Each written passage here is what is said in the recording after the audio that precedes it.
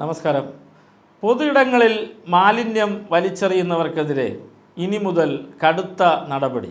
മാലിന്യ സംസ്കരണവുമായി ബന്ധപ്പെട്ടുള്ള കുറ്റകൃത്യങ്ങൾക്ക് പരമാവധി ശിക്ഷ 50,000 രൂപയും 1 വർഷം വരെ തടവും ലഭിക്കും. ഇതിനായി 2024 കേരള പഞ്ചായത്ത് രാജ് ഭേദഗതി, 2024 കേരള മുനിസിപ്പാലിറ്റി ഭേദഗതി ബില്ലുകൾ നിയമസഭ പാസാക്കി. മാലിന്യം വലിച്ചെറിയുന്നതിനെതിരെ തദ്ദേശ സ്വയംഭരണ സെക്രട്ടറിക്ക് ചുമത്താവുന്ന തത്സമയ പിഴത്തുക 5,000 രൂപയാക്കി വർദ്ധിപ്പിക്കുകയും ചെയ്തു.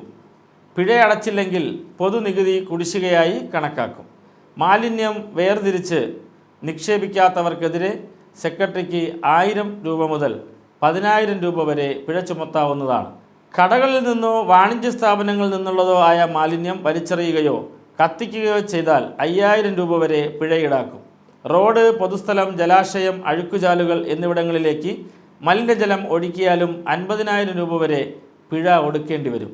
ജലാശയങ്ങൾ മലിനപ്പെടുത്തുന്നവർക്ക് 10,000 രൂപ മുതൽ 50,000 രൂപ വരെ പിഴയും 6 മാസം മുതൽ 1 വർഷം വരെ തടവും ലഭിക്കുമെന്നും നിയമത്തിൽ പറയുന്നു.